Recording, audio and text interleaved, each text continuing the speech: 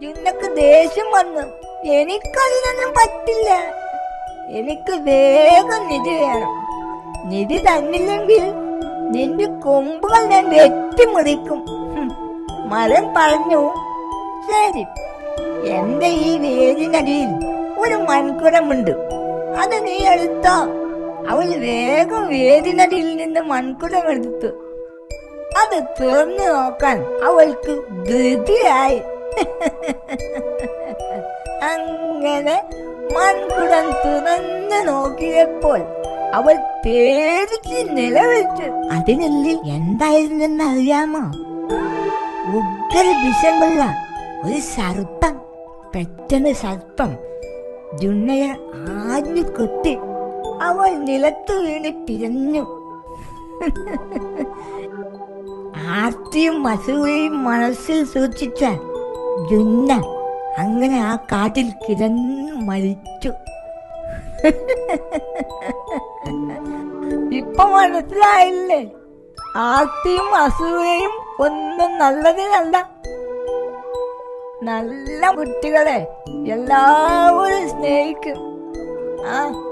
അവർക്ക് എപ്പോഴും സന്തോഷവും ഉണ്ടാവും. ചീത്ത മനസ്സുള്ളവർക്ക് എപ്പോഴും ദുഃഖമായിരിക്കും.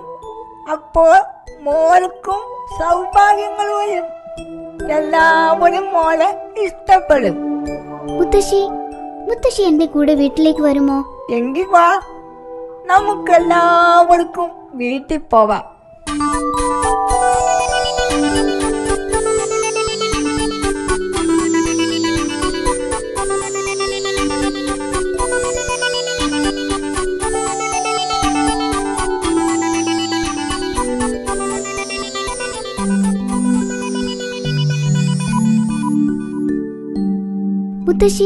മുത്തശ്ശി എന്റെ കൂടെ വീട്ടിലേക്ക് വരുമോ? ഇപ്പോൾ എനിക്ക് ആരോടും ദേഷ്യമില്ല. എന്റെ അമ്മായിയോടും ദേഷ്യമില്ല. മുത്തശ്ശി,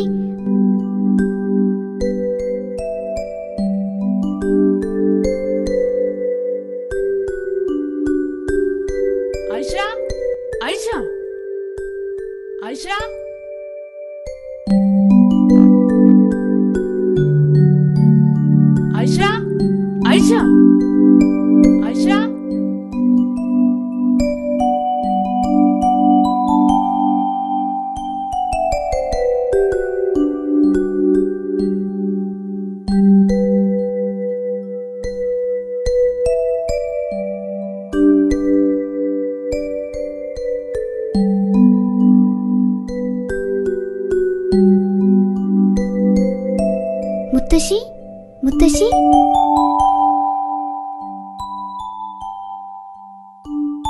എന്താ മോളെ, എന്താ നിനക്ക് പറ്റിയത്? ഞാൻ മുത്തശ്ശിയെ കണ്ടു. പൂമ്പാറ്റ കുഞ്ഞിന്റെ മുത്തശ്ശിയെ കണ്ടു. മുത്തശ്ശിയോ? മുത്തശ്ശി മോളോട് എന്താ പറഞ്ഞു? മുത്തശ്ശി എല്ലാവരെയും സ്നേഹിക്കാൻ പറഞ്ഞു. എല്ലാവരുടെയും മനസ്സിൽ നന്മയുണ്ട്, അതുകൊണ്ട് ആരെയും വെറുക്കരുതെന്നും പറഞ്ഞു.